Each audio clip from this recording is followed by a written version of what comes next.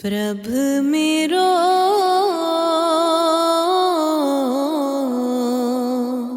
इत उत सदा सहाय। गुरु प्यारी साध संगत जी, राधा स्वामी जी, आज हम इस वीडियो के माध्यम से सुरत शब्द योग साधना के बारे में जानेंगे। यह कोई नई साधना नहीं, बल्कि आत्मा की अपनी स्वाभाविक यात्रा है। यह वह सहज मार्ग है जिसके द्वारा आत्मा भीतर से उठ रहे प्रभु के अनहद शब्द से जुड़कर अपने मूल स्रोत में लौटती है।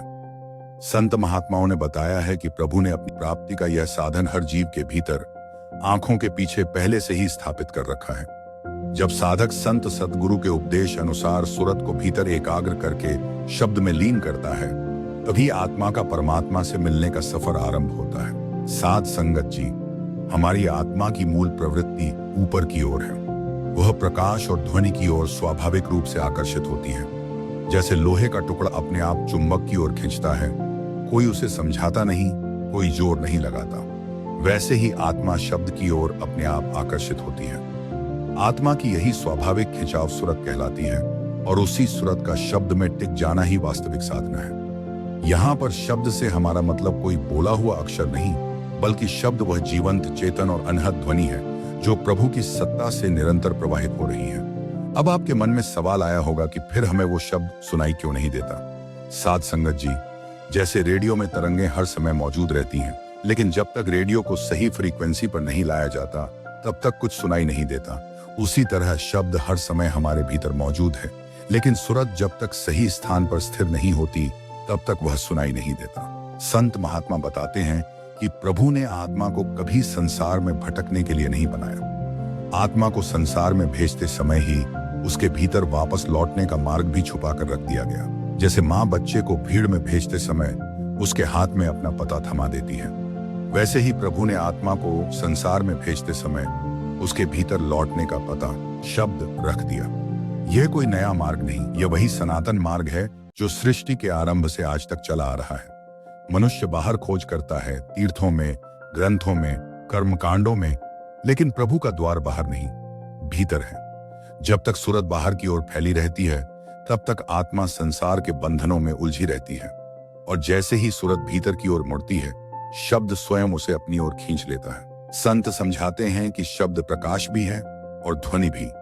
जैसे अंधेरे कमरे में दिया जलते ही रास्ता दिखने लगता है, और साथ ही उसकी हल्की सी आवाज भी महसूस होती है, उसी तरह शब्द प्रकाश भी देता है और मार्ग भी दिखाता है। जब साधक संत सतगुरु की शरण में जाकर सिमरण और ध्यान का अभ्यास करता है, तब धीरे धीरे मन की चंचलता शांत होने लगती है। जैसे ही मन और आत्मा आंखों के पीछे तीसरे तिल में स्थिर होते हैं, वहां भीतर ही भीतर एक सहज ध्वनि सुनाई देने लगती है और ज्योति का दर्शन होने लगता है। यह कोई कल्पना नहीं, बल्कि आत्मा का अपना अनुभव होता है। शब्द की धुन आत्मा को मार्ग दिखाती है और प्रकाश उसे सहारा देता है। शब्द ही नाव है और सुरत उसका यात्री।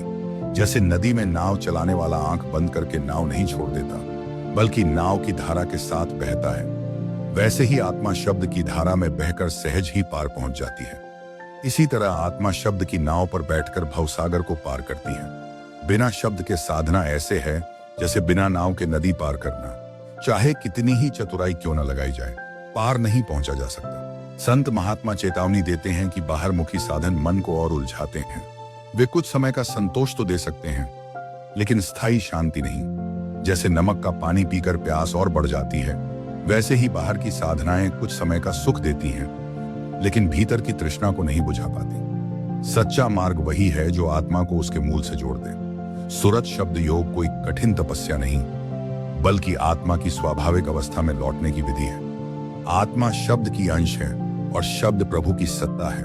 जैसे बूंद सागर से अलग होकर अशांत रहती है, वैसे ही आत्मा प्रभु से बिछुड़कर संसार में दुखी रहती है। और जब वही बूंद सागर में मिल जाती है, तब न बूंद रहती है न अलगाव, केवल पूर्णता और आनंद रह जाता है। जैसे थका हुआ बच्चा मां की गोद में आते ही चुप हो जाता है, उसे कुछ सिखाना नहीं पड़ता, वैसे ही आत्मा शब्द में टिकते ही विश्राम पा जाती है। संत कहते हैं, यही सच्ची कमाई है, यही असली साधना है। शास्त्रों का ज्ञान, कर्मों का विस्तार और योग की अनेक विधियां तब तक अपूर्ण हैं जब तक उनमें सुरत शब्द का अभ्यास नहीं जुड़ता। शब्द के बिना साधना शरीर की है, शब्द के साथ साधना आत्मा की है। जिस तरह कमल जल में रहकर भी जल से लिप्त नहीं होता, वैसे ही साधक संसार में रहकर भी संसार से परे हो जाता है। इसलिए संसार में रहते हुए अपने सभी कर्तव्यों को निभाते हुए भीतर से शब्द से जुड़ना ही संत मत का सार है। जो साधक इस रहस्य को समझ लेता है, वह जल में रहकर भी कमल की तरह निर्लेप रहता है और संसार में रहते हुए भी संसार से पार हो जाता है। राधा स्वामी जी।